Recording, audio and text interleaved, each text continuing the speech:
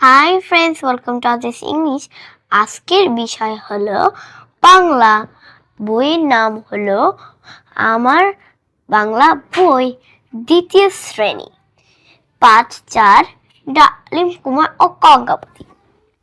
এক ছিল রাজপুত্র, তার নাম ডালিম কুমার। তার ছিল এক পঙ্কিরাজ ঘোড়া। ঘোড়ায় চড়ে সে দেশ বিদেশে ঘুরে বেড়াতো। একবার ঘুরতে ঘুরতে অচিনপুরে চলে এলো। তার অনেক ক্লান্ত লাগলো। সে গাছের ছায়ায় ঘুমিয়ে পড়লো। ওই গাছে থাকতো ব্যঙ্গমা আর ব্যঙ্গবী। তারা কথা বলছিল। ডালিম কুমারের ঘুম ভেঙে গেল। রাজকন্যা কঙ্কাবতী, কি হয়েছে জানো? কি হয়েছে?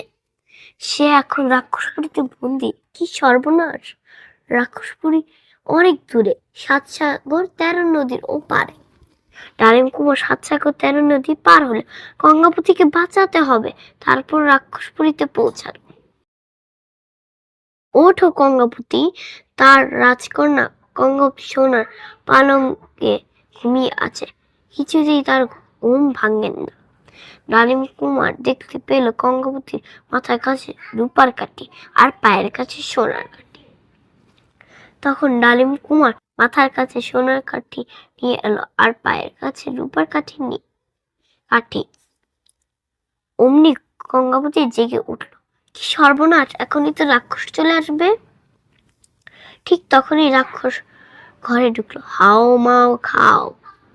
সাথে সাথে ডালিম কুমার তরবারি বের করলো। কঙ্কাবতী বলল, রাক্ষসের প্রাণ আছে একটি টিনের কৌটার ভেতরে। এভাবে রাক্ষস মারা যাবে না।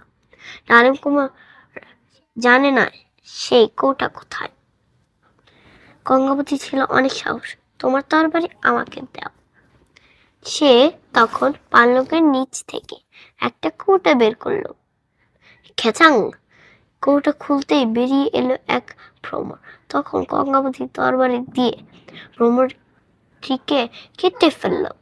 তারপর ডালিম কুমার ও কঙ্কাবতী বেরিয়ে এলো রাক্ষসপুরী থেকে।